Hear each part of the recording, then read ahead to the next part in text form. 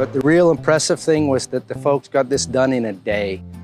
So we just bought this house in June of this year, and part of the insurance inspection recommended that, hey, your roof is gonna need to be replaced within 10 years probably. So we just decided, let's just get it done.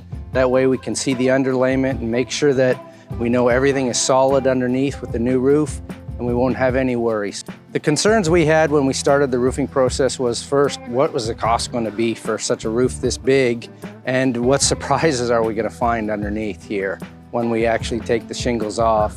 Well, first we called Pelican and got a hold of Eric, and Eric actually came to the house. He did a visual inspection, looked at the roof, and told us really what his thoughts were in regards to what we needed to do, and said it would look like it's a pretty straightforward job, just a quick replacement.